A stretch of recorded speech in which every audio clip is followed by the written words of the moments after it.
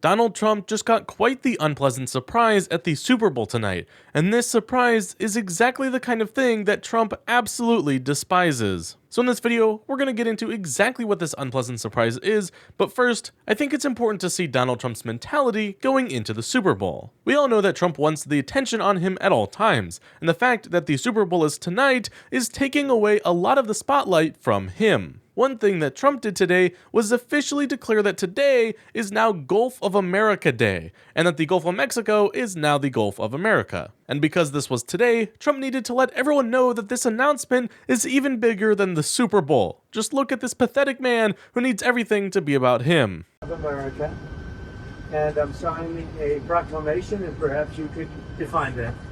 This is a proclamation declaring today, February 9th, 2025, as the first ever Gulf of America Day. This follows the President's executive order issuing a name change from the Gulf of Mexico to the Gulf of America. And we're flying right over it right now, so we thought this would be appropriate. Even bigger than the Super Bowl. This is a big thing. And almost everybody now has assented to that. Attention on board. Ladies and gentlemen, if you could please direct your attention out the right side of the aircraft.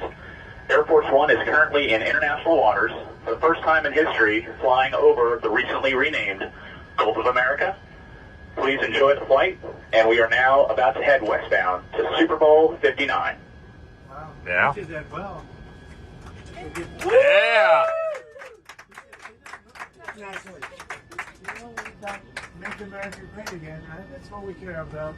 Okay. The funniest thing about this is that nobody is going to call the Gulf of Mexico the Gulf of America. It's just like Twitter. Literally nobody calls it X, so it's now funny to see Trump trying to make it a bigger deal than it ever was. But another thing that happened today is Trump learned that the NFL has a DEI program. But not only does it have a DEI program, the NFL commissioner says that they're happy with their diversity program. And Trump, after learning about this, had no idea what to say. Just take a look at him uncomfortably rambling, trying to come up with something to say. Question about the Super Bowl. You're going to the game.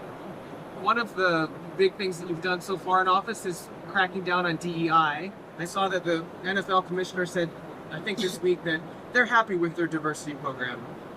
What's your take on that? Would you like to see any changes there? I don't know what the diversity program is. To be honest, I know Roger very well. I'd have to look at what he said he's happy with. He was happy also with the flag and a lot of other things that didn't work out too well. We'll have to see what he was happy with. But right now, that's, you know what the law is. The law is the law, and it changed, and it's been backed up by the U.S. Supreme Court. So yeah, it's clear that Trump is having a hard time, and he's definitely not liking that the NFL and Super Bowl are getting a lot more attention than his Gulf of America announcement. But that's not all. When Trump arrived at the Super Bowl, he was greeted with quite an unpleasant surprise, because he was booed by the stadium, and we all know that that's the one thing he absolutely despises.